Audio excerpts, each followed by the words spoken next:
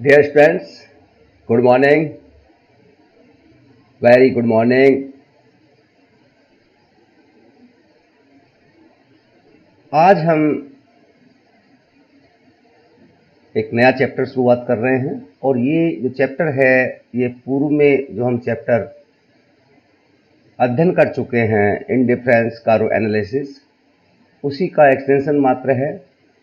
पहली जो power point presentation था वो दोनों ही स्टूडेंट्स बीए फर्स्ट ईयर और बीए पार्ट सेकंड दोनों के लिए यूजफुल था, जिसमें हमने विशेष तौर से इंडिफरेंस एनालिसिस ऑफ डिमांड के बारे में पढ़ा था।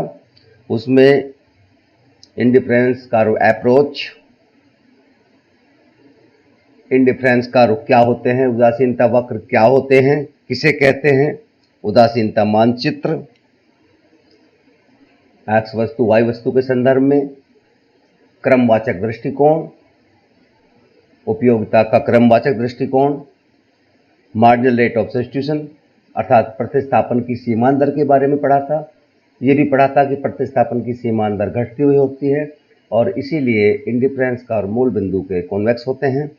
इंडिफरेंस का मूल बिंदु के कॉन्वेक्स क्यों होते हैं? क्योंकि प्रतिस्थापन की सीमांत दर घटती हुई होती है। और प्रतिस्थापन की सीमांत दर घटती हुई क्यों होती है? क्योंकि किसी भी आवश्यकता को पूर्ण रूप से संतुष्ट किया जा सकता है और जैसे जैसे किसी वस्तु की मात्रा हमारे पास बढ़ती जाती है उससे प्राप्त होने वाली यूटिलिटी घटती जाती है, क्योंकि आवश्यकता की तीव्रता कम होती जाती है। इसी के साथ साथ हमने पूर्व में इंडिफरेंस कर्व की जो प्रॉपर्टीज हैं या विशेषताएं हैं उनका अध्ययन किया था। साथ ही साथ इंडिफरेंस कर्व के द्वारा किस प्रकार हम उपभोक्ता के साम्य की बात करते हैं, संतुलन को निकालते हैं, अर्थात उपभोक्ता रेशनल बिहेव करते हुए किस प्रकार अधिकतम संतुष्टि प्राप्त करता है, कहाँ साम्य की स्थिति में होता है। बजट रेखा और इंडिफरेंस मैप के साथ हमने उसका भी अध्ययन कर लिया था। बजट रेखा में परिवर्तन कैसे होते हैं वो भी हमने पूर्व की जो स्लाइड्स हैं उसमें हमने इसका अध्ययन कर लिया था। अब हम विशेष तौर से जो अध्ययन करेंगे वो करेंगे कि यदि जो प्रमुख इंडिफरेंस कर्व को प्रभावित करने वाले या इंडिफरेंस कर्व को जो डिटरमिन करते हैं इनकम प्राइस, ये दोनों चीज में यदि परिवर्तन हो जाए तो उपभोक्ता के सामने में क्या परिवर्तन होगा इसका हम अध्ययन करेंगे। इसमें हम प्राइस इफेक्ट या कीमत प्रभाव, इनकम इफेक्ट, आय प्रभाव, सब्स्टिट्यूशन इफेक्ट या प्रतिस्थापन प्रभाव और साथ ही साथ कीमत प्रभाव किस प्रकार से प्रतिस्थापन प्रभाव और इनकम प्रभाव का योग होता है उसका अध्ययन करेंगे। तो डियर स्टूडेंट्स, लेट्स स्टार्ट। सर्वप्रथम हम बात करते हैं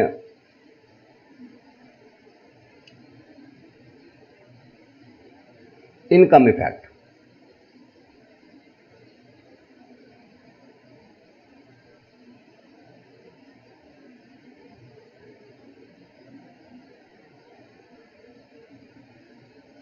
इनकम इफेक्ट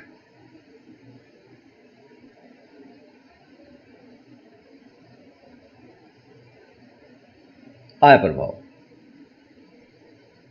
आय प्रभाव किसे कहते हैं?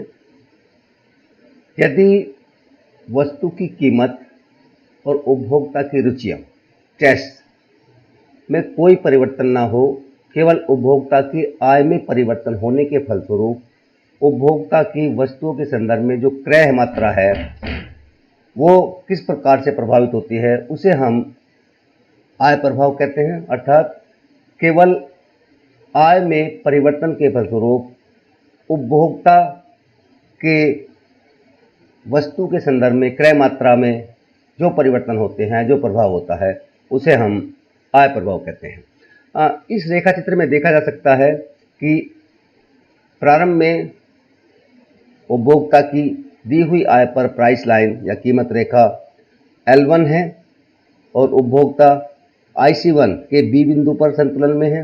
यदि उपभोक्ता की आय बढ़ जाती है तो प्राइस लाइन बढ़कर या राइट साइड में शिफ्ट होकर L2 हो जाती है और नया संतुलन C बिंदु पर आ जाता है। इसी प्रकार यदि आय में कमी होती है तो नया संतुलन A बिंदु पर आ जाता है, या ऐसे भी कह सकते हैं कि जो आय बढ़ती जाती है संतुलन बिंदु A बिंदु से B बिंदु और A बिंदु, B बिंदु और C बिंदु पर पहुंच जाता है। यदि हम इनको मिला दें ABC को तो एक हमें वक्र प्राप्त होता है जिसे हम इनकम कंजप्शन कर्व ICC या आय उपभोग वक्र कहते हैं। आय प्रभाव सामान्यतः धनात्मक होता है, अर्थात यदि अन्य वस्तुओं की कीमतें समान रहें, संबंधित वस्तुओं की कीमतें समान रहें, उपभोक्ता की आय में वृद्धि होती है तो जो वस्तुएं हैं दोनों ही वस्तुओं के संदर्भ में दोनों वस्तुओं की क्रय मात्रा या उपभोग मात्रा में वृद्धि हो जाती है। लेकिन कभी कभी आय प्रभाव नेगेटिव भी होता है, खासतौर से इंफीरियर गुड्स और गिफिन गुड्स के संदर्भ में ICC पीछे को मुड़ता हुआ होता है।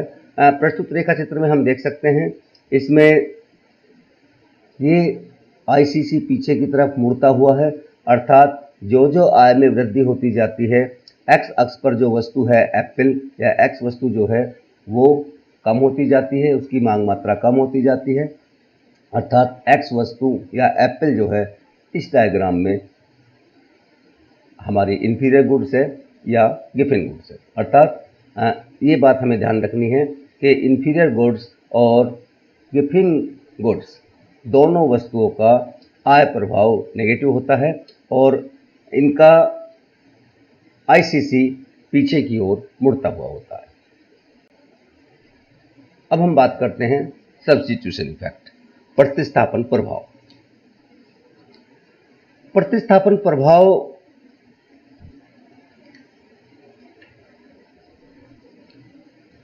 हमें बताता है कि यदि कीमतों में सापेक्षिक परिवर्तन हो, रिलेटिव प्राइस चेंजेज हो, जबकि रियल इनकम वास्तविक आय में कोई परिवर्तन ना हो, तो उपभोक्ता की परचेजिंग या वस्तु की क्रय मात्रा में क्या परिवर्तन होता है, वस्तु की मांग मात्रा में क्या परिवर्तन होता है।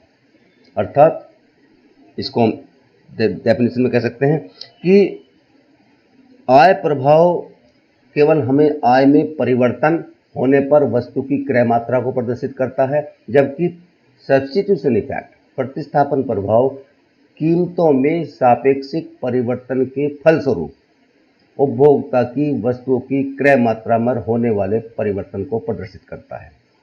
रिलेटिव प्राइस चेंज का मतलब यह है कि जब किसी वस्तु की कीमत में कमी होती है तो उपभोक्ता की वास्तविक आय में वृद्धि हो जाती है। उस वास्तविक आय की वृद्धि को कम करते हुए हम ये देखते हैं कि केवल कीमतों में सापेक्षिक परिवर्तन दे। सपोज किसी उपभोक्ता की जो एक्स वस्तु और वाई वस्तु का क्रय कर रहा है, एक्स वस्तु की कीमत कम हो जाती है। एक्स वस्तु की कीमत कम होने से उपभोक्ता की वास्तविक आय में वृद्धि हो जाती है।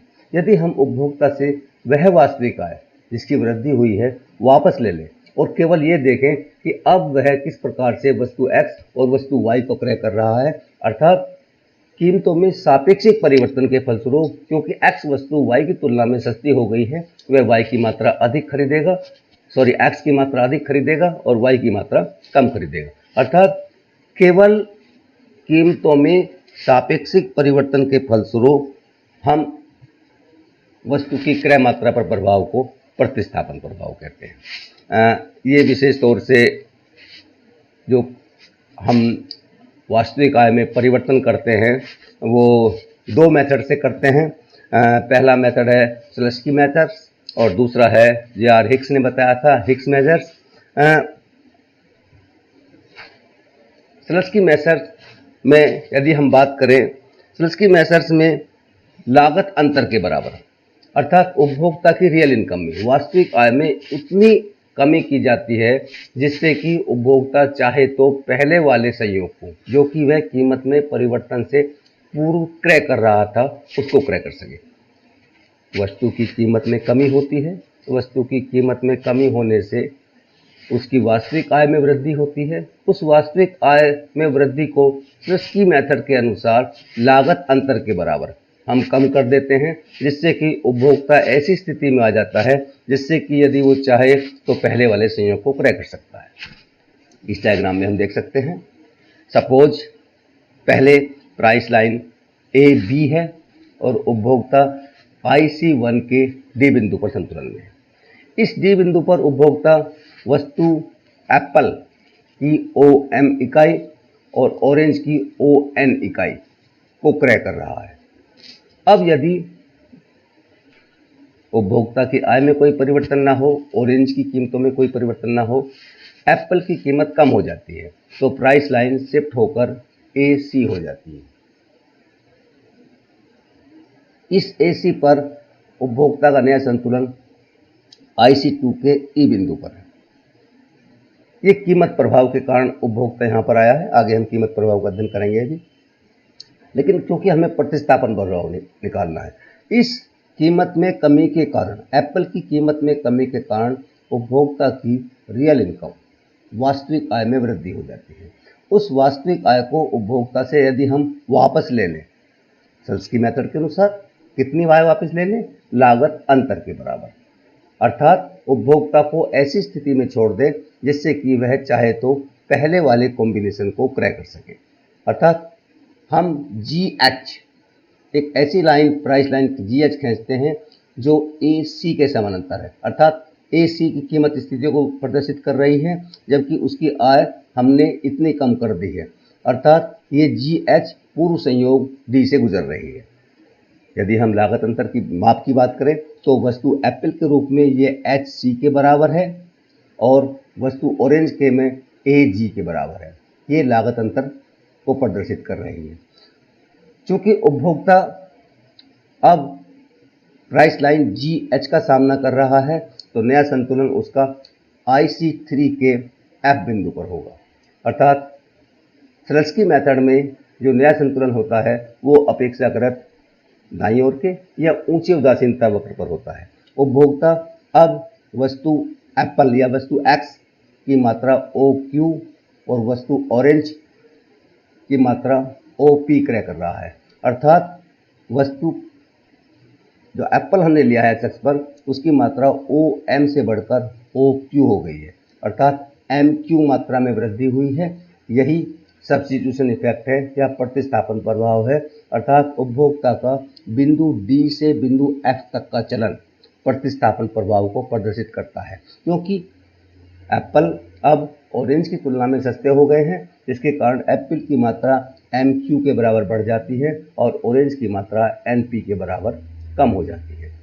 सल्स्की मेथड में विशेष बात जो हमें ध्यान रखनी है वो यही है कि जो लागत अंतर को हम मापते हैं और प्रतिस्थापन प्रभाव को नापते हैं वो अपेक्षाकृत दाईं ओर के या ऊंचे उदासीनता वक्र पर मापते हैं, जिससे संतुष्टि का स्तर बढ़ जाता है।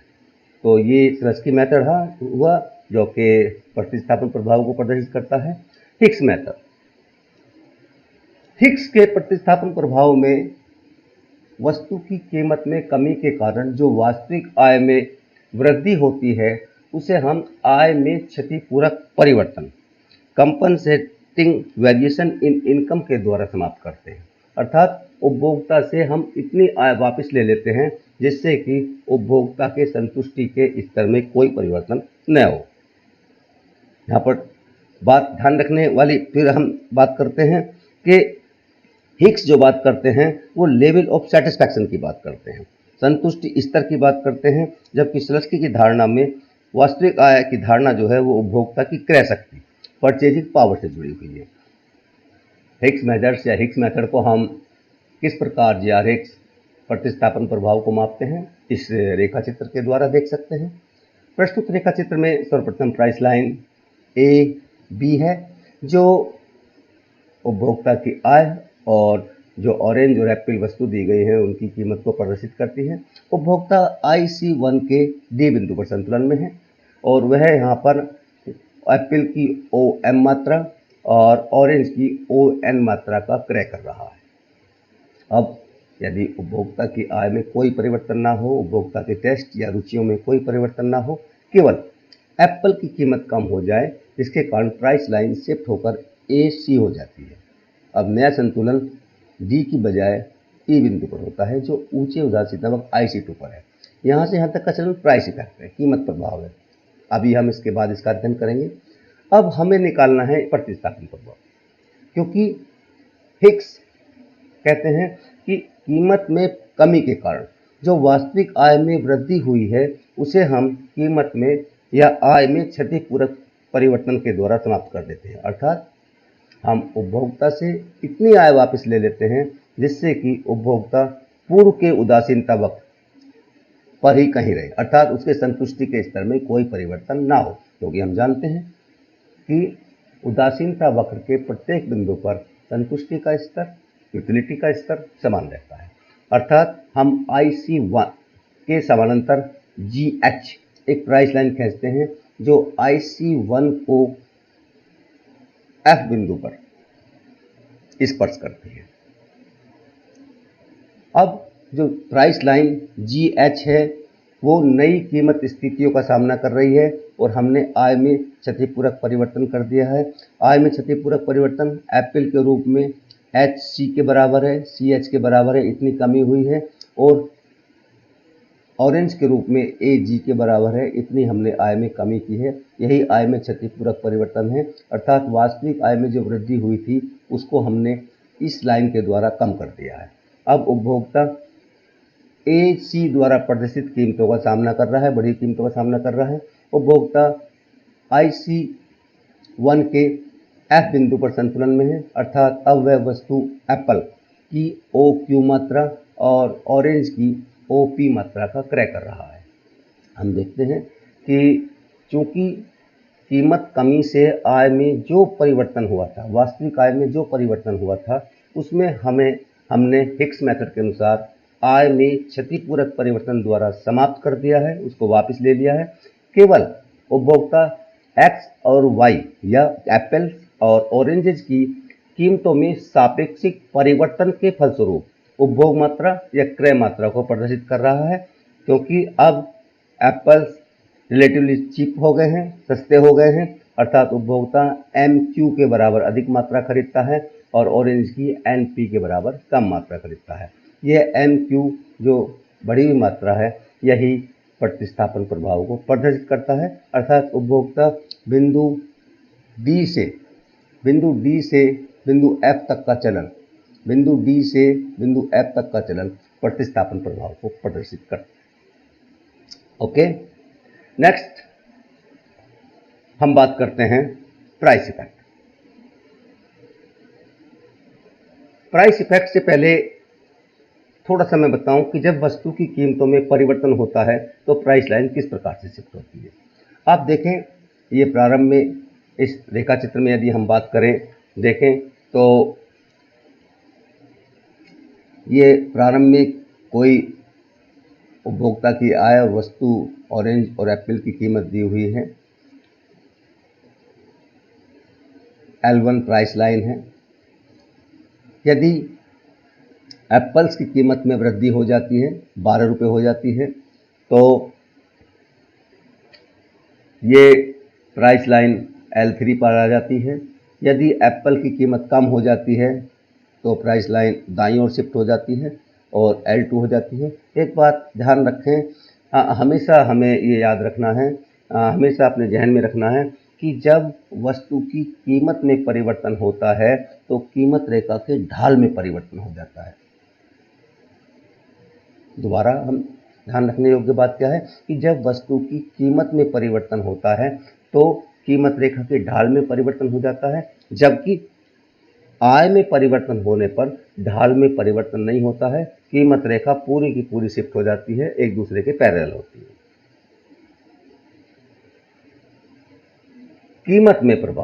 कीमत प्रभाव प्राइस इफेक्ट। किसी वस्तु की कीमत में परिवर्तन के फलस्वरूप उस वस्तु की मांग मात्रा में क्या परिवर्तन होते हैं, उसे हम कीमत प्रभाव कहते हैं। जो कंजप्शन की गुड्स हैं उसमें से किसी एक की कीमत कम हो जाए, दूसरे की कीमत स्थिर रहे, उपभोक्ता की आय स्थिर रहे, तो सस्ती हुई जो वस्तु है उसकी मांग मात्रा पर, उसकी क्रय मात्रा पर क्या प्रभाव पड़ता है, उसे हम कीमत प्रभाव कहते हैं, प्राइस इफेक्ट कहते हैं। आप देखें, ये प्राइस लाइन प्रारंभ में ए प्राइस लाइन, ये ग्रीन रंग की प्राइस लाइन है, आईसी के ए बिंदु पर सामने है, कीमत कम होती है एप्पल की, प्राइस लाइन ये हो जाती है पिंक कलर की, नया संतुलन बी बिंदु पर, कीमत और कम हो जाती है, प्राइस लाइन ब्लू कलर की हो जाती है, नया संतुलन सी बिंदु पर है जहां डिफरेंस कार प्राइस लाइन को स्पर्श करता है। ये ए बी सी, यदि हम तीनों बिंदुओं को मिला दें तो हमें एक वक्र प्राप्त होता है जिसे हम पीसीसी, प्राइस कंजप्शन कर्व या कीमत उपभोग वक्र के नाम से जानते हैं। कीमत उपभोग वक्र हमें बताता है कि किसी वस्तु की कीमत में कमी जो होती जाती है तो किस प्रकार से पीसीसी बनता है या उसकी मांग मात्रा में परिवर्तन होता है। हाँ, इसमें थोड़ा सा मैं और बता दूं, ये जो पीसीसी है ये ऊपर को बढ़ता हुआ होता है, पीसीसी नीचे को घटता हुआ भी हो सकता है, इस तरह से डाउन स्लोप भी हो सकता है। इसमें दोनों वस्तुओं की मात्रा लगभग बढ़ रही है। कभी कभी पीसीसी इस प्रकार का भी हो सकता है कि जिसमें एक वस्तु की मात्रा कम होती है, दूसरे वस्तु की मात्रा बढ़ सकती है। पीसीसी ऊपर को बढ़ता हुआ भी हो सकता है जिसमें दोनों वस्तुओं की मात्रा बढ़ सकती है। पीसीसी एक्स अक्ष के समानांतर भी हो सकता है जिसमें एक वस्तु की मात्रा स्थिर रहती है, ऑरेंज की मात्रा स्थिर रहेगी और एप्पल की मात्रा बढ़ती जाएगी। पीसीसी सामान्य तौर पर पीछे को मुड़ता हुआ भी हो सकता है, ज़्यादातर जो गिफिन वस्तुओं के संदर्भ में ऐसा होता है, जिसमें जो वस्तु की बहुत ही गिफिन वस्तु होती हैं, बहुत हीन वस्तुएं होती हैं, कीमत के कम होने पर उनकी मांग मात्रा बढ़ने के स्थान पर कम हो जाती है। तो गिफिन वस्तुओं के संदर्भ में पीसीसी पीछे को मुड़ता हुआ होता है। लेकिन सामान्यतः यदि हम बात करें तो कभी भी सामान्य ऐसा देखा जाता है या वास्तविक बाजार में, वास्तविक मार्केट में उपभोक्ता जो सामना करता है वो करता है कि प्राइस कंजप्शन कर्व या कीमत उपभोग वक्र अपनी पूरी लंबाई में ना तो गिरता हुआ होता है ना ऊपर को चढ़ता हुआ होता है। प्रारंभिक कीमतों में जब कीमत उच्च स्तर पर होती है तो ये नीचे को गिरता हुआ होता है, कुछ कीमत स्तर पर ये स्थिर होता है, फिर ये ऊपर को बढ़ना प्रारंभ हो जाता है और फिर पीछे को मुड़ना प्रारंभ हो जाता है। तो सामान्यतः कीमत उपभोग वक्र जो है वो लगभग ऐसे बढ़ता हुआ होता है, पहले घटता है, फिर स्थिर होता है और फिर बढ़ता है। डिकम्पोजिशन ऑफ प्राइस इफेक्ट्स, जैसे कि हम बात कर रहे थे, प्राइस इफेक्ट्स के दो कंपोनेंट्स होते हैं, अर्थात प्राइस इफेक्ट जो अभी हम पढ़ रहे थे, सब्स्टिट्यूशन इफेक्ट प्रतिस्थापन प्रभाव और इनकम प्रभाव, दोनों प्रभाव से मिलकर बनता है। इसमें भी हम दो मेथड इस्तेमाल कर सकते हैं, लेकिन हम क्योंकि स्लस्की का मेथड पढ़ चुके हैं, हिक्सियन मेथड भी पढ़ चुके हैं, तो कीमत प्रभाव को प्रतिस्थापन प्रभाव और आय प्रभाव में विभक्त करने के लिए हम केवल जो मेथड इस्तेमाल यहाँ पर करेंगे वो हिक्सियन मेथड जो है उसके आधार पर करेंगे। आप देखें, ये स्लस्की का अप्रोच है, वही लागत अंतर के बराबर, और ये हिक्सियन अप्रोच है।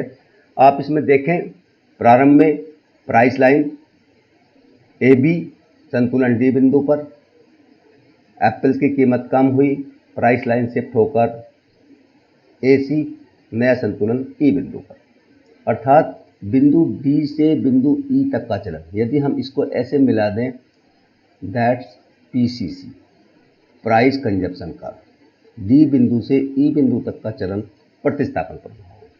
अब डी बिंदु से ई बिंदु तक का चलन कीमत प्रभाव। अब हम जानते हैं कि कीमत प्रभाव में दो प्रभाव होते हैं, प्रतिस्थापन प्रभाव और आय प्रभाव।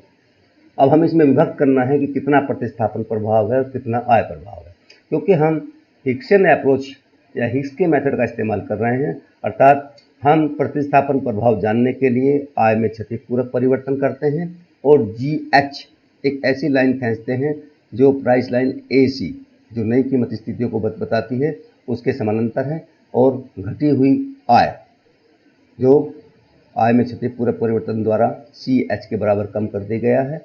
नया संतुलन IC1 के F बिंदु पर है, अर्थात बिंदु D से बिंदु F तक का चलन प्रतिस्थापन प्रभाव और बिंदु F से बिंदु E तक का चलन आय प्रभाव है।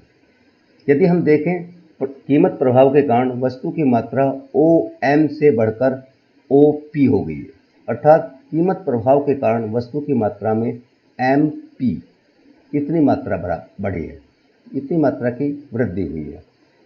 अब इसमें हम देखते हैं कि प्रतिस्थापन प्रभाव के कारण कितनी वृद्धि हुई है और आय प्रभाव के कारण कितनी वृद्धि हुई है। अभी जैसे हमने देखा कि बिंदु D से बिंदु F तक का चलन प्रतिस्थापन प्रभाव और बिंदु F से बिंदु E तक का जो मूवमेंट है, उपभोक्ता यहाँ से जब यहाँ आता है तो वो आय प्रभाव है, अर्थात MP जो कुल कीमत प्रभाव है उसमें MN F बिंदु के नीचे MN प्रतिस्थापन प्रभाव और NP आय प्रभाव।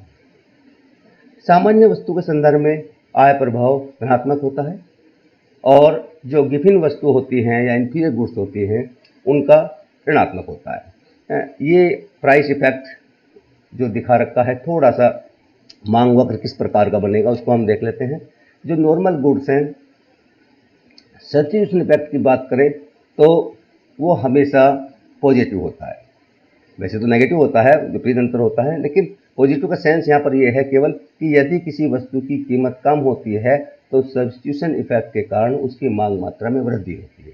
हमेशा यदि किसी वस्तु की कीमत में कमी होती है तो उसकी मांग मात्रा में या उसकी क्रय मात्रा में वृद्धि होती है। तीनों प्रकार की वस्तु नॉर्मल गुड्स के लिए भी वृद्धि होती है, इंफीरियर गुड्स के लिए भी होती है और गिफिन गुड्स के लिए होती है। लेकिन इनकम इफेक्ट्स यदि हम बात करें तो नॉर्मल गुड्स में यदि उपभोक्ता की आय में वृद्धि होती है तो वस्तुओं की क्रय मात्रा में वृद्धि होती है। लेकिन इंफीरियर गुड्स के बारे में यदि बात करें हम, जब आय में वृद्धि होती है तो क्रय मात्रा कम होती है। लेकिन इंफीरियर गुड्स का सब्स्टिट्यूशन इफेक्ट उनके इनकम इफेक्ट की तुलना में अधिक शक्तिशाली होता है, जिसके कारण कीमत में कमी से वस्तु की मांग मात्रा में वृद्धि होती है। सब्स्टिट्यूशन इफेक्ट वो ज़्यादा स्ट्रॉन्ग है, ये वीक है, जिसके कारण मांग वक्र का स्लोप डाउनवर्ड होता है। गिफिन वस्तुओं के संदर्भ में यदि हम बात करें तो इनकम इफेक्ट सब्स्टिट्यूशन इफेक्ट की तुलना में यह आय प्रभाव प्रतिस्थापन प्रभाव की तुलना में अधिक स्ट्रॉन्ग होता है, जिसके कारण कुल जो प्रभाव है प्राइस का वो नेगेटिव हो जाता है, अर्थात कीमत कम होने पर वस्तु की मात्रा क्रय मात्रा कम हो जाती है और कीमत के बढ़ने पर वस्तु की क्रय मात्रा अधिक हो जाती है। इसे ही गिफिन प्रोडक्ट पैराडॉक्स बोलते हैं, गिफिन विरोधाभास बोलते हैं, और जिसको कि मार्शल अध्ययन नहीं कर पाए थे, मार्शल नहीं बता पाए थे कि मांग वक्र का स्लोप डाउनवर्ड न होकर अपवर्ड क्यों होता है। ये derivation of demand curve from PCC, कीमत उपभोग वक्र से किस प्रकार से हम मांग वक्र का निरूपण कर सकते हैं।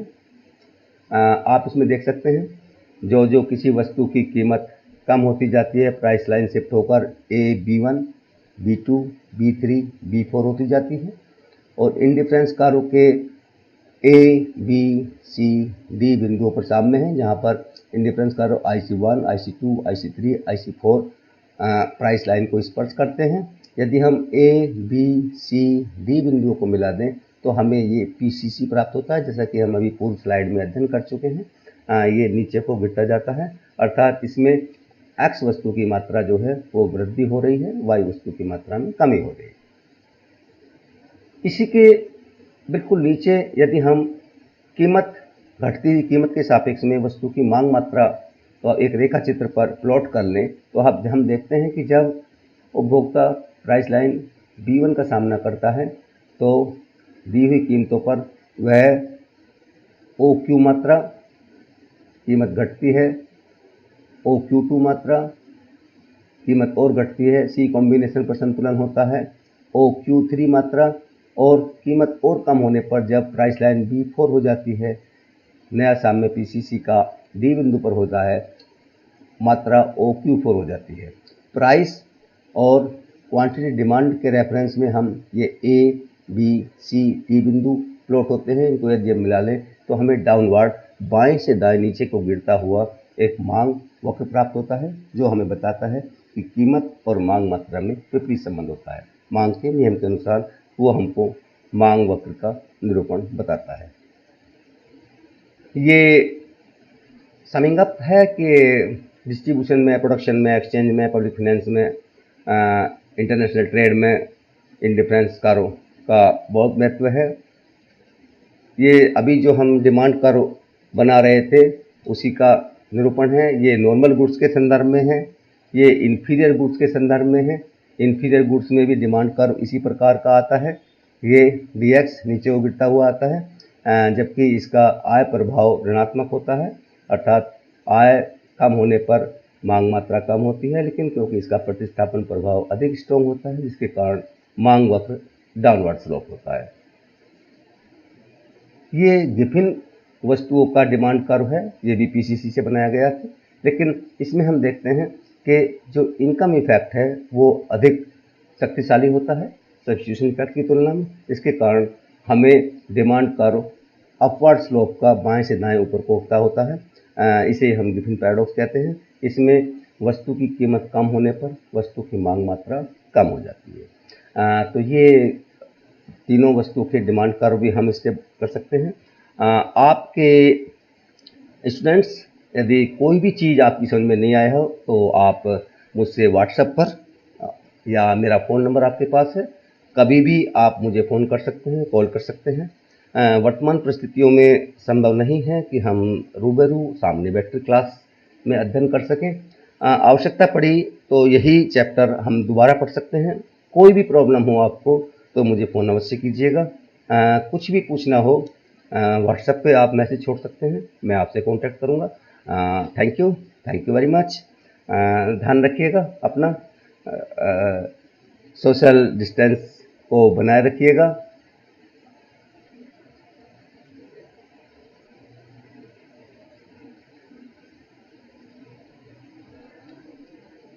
Okay, thank you.